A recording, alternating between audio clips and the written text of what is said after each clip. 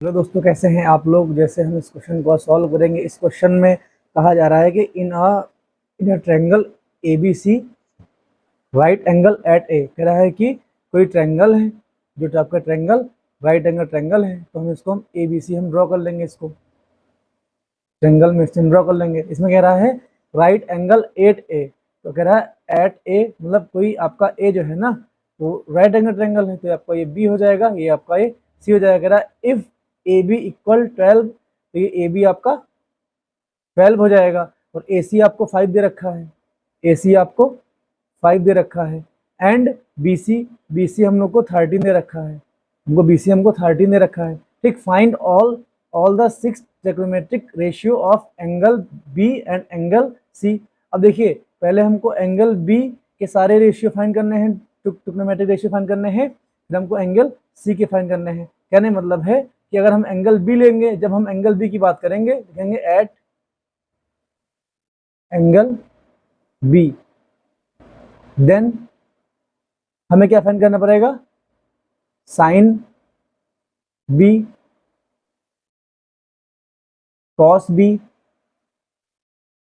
Ten B. ठीक है, ये हमको इस तरह के फाइंड करने पड़ेंगे। फिर अगर हमको इनवर्स फॉर्मूला पता है, तो हम इनवर्स फॉर्मूले से साइन का अपोजिट कॉसेक होता है, कॉस का अपोजिट सेक होता है, टेन का अपोजिट कॉट होता है। तो ये हम आगे डिस्कस करते हैं।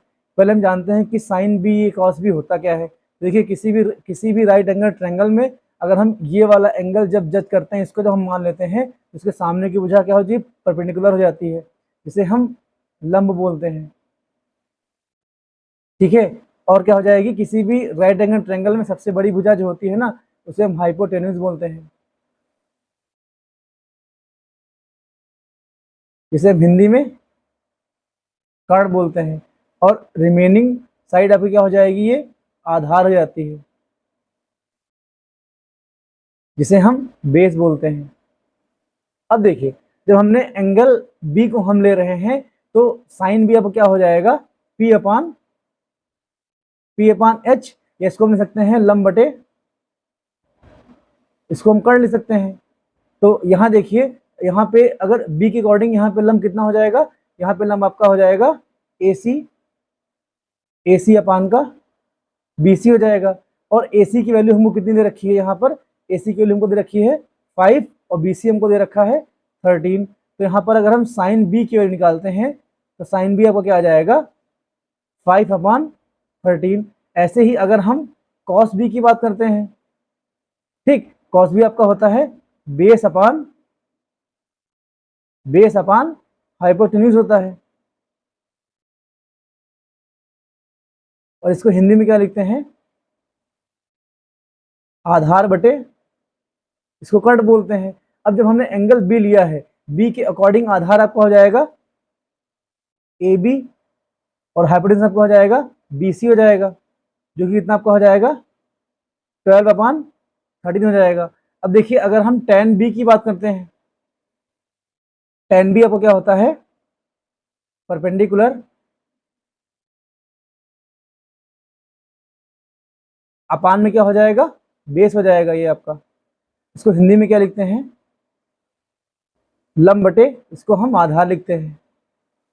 ठीक, अब इस ट्रायंगल के अकॉर्डिंग देखिए, आपका पी या लंब कितना आपका हो जाएगा, ए सी अपान का ये आपका ए बी हो जाएगा।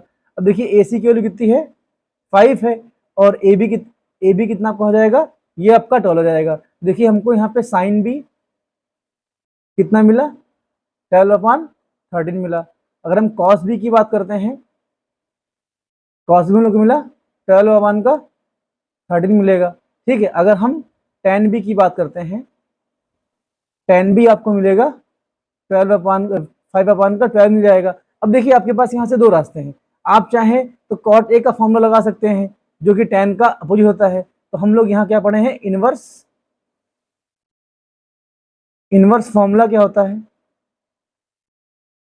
ये होता है कि अगर आपका साइन थीटा है, तो इसको हम ये इक्वल इसके आ जाएगा 1/cos थीटा क्या आ जाएगा, और अगर आपका कॉस थीटा है, तो ये 1 का सेक थीटा क्या आ जाएगा। और अगर आपका कहीं पर tan थीटा लिखा है, तो इसको हम 1/cot थीटा लिख सकते हैं। तो यहाँ देखिए आपका साइन बी इक्वल आपका 1 कॉसेक बी के हो जाएगा। तो यहाँ से अगर हम कॉसेक बी की वैल्यू निकालते हैं तो ये 1 साइन बी आ जाएगी, और साइन बी कितना आपका है 5/13 लिखा हुआ है, ठीक है। और आपको पता है कि जो सबसे नीचे होता है वो सबसे ऊपर चला जाता है, तो इतना आपका आ जाएगा 13 ये आपका कॉसेक बी यहाँ पे हो जाएगा, कितना आएगा 13 ये 5 आ जाएगा।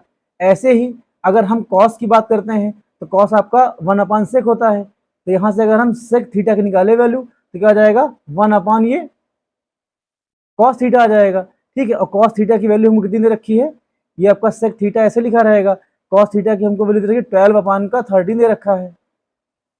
और आपको पता है कि जो सबसे नीचे होता है उससे सबसे ऊपर जाता है, तो यहाँ से सेक थीटा की वैल्यू कितनी आ जाएगी 13/12 आ जाएगा। तो देखिए हमको यहाँ पर सेक थीटा मीन्स कह सकते हैं हम सेक बी यहाँ हो जाएगा, सेक बी हो जाएगा, ये भी आपका सेक बी हो जाएगा, यहाँ पे क्या आपका क्या आ जाएगा सेक बी आ जाएगा। ऐसे ही अगर tan बी को हम लिख सकते हैं 1 कॉट बी कर सकते हैं, तो कॉट बी की वैल्यू यहाँ से कितनी आ जाएगी 1/tan बी आ जाएगी। और tan बी की वैल्यू कितनी निकली है, यहाँ पर निकली जो ये वैल्यू निकली है 5/12 निकला है, ये 12 सबसे ऊपर चला जाएगा, तो ये आपका क्या हो जाएगा ये कॉट बी हो जाएगा। तो यहाँ से हम कॉट बी की वैल्यू निकालते हैं अगर है, तो यहाँ कॉट बी की वैल्यू क्या आ जाएगी, यहाँ से आ जाएगी 12 ये आपकी 5 आ जाएगी। तो देखिए हमने सारे 6 रेशियो की वैल्यू यहाँ पर अगर हम थोड़ा क्लियर लिखते हैं, कॉसेक बी की वैल्यू कितनी आ जाएगी 13/5 आ जाएगा। देखिए हमने क्लियरली एंगल बी के अकॉर्डिंग हमने 6 रेशियो की सबकी वैल्यू निकाल ली। देखिए यहाँ पर का sine B, cos B, tan B, फिर इसके बाद हो जाएगा cot B, sec B, cosec B. ऐसे ही जब हम अब इस क्वेश्चन को थोड़ा सा नेक्स्ट पेज पे करेंगे,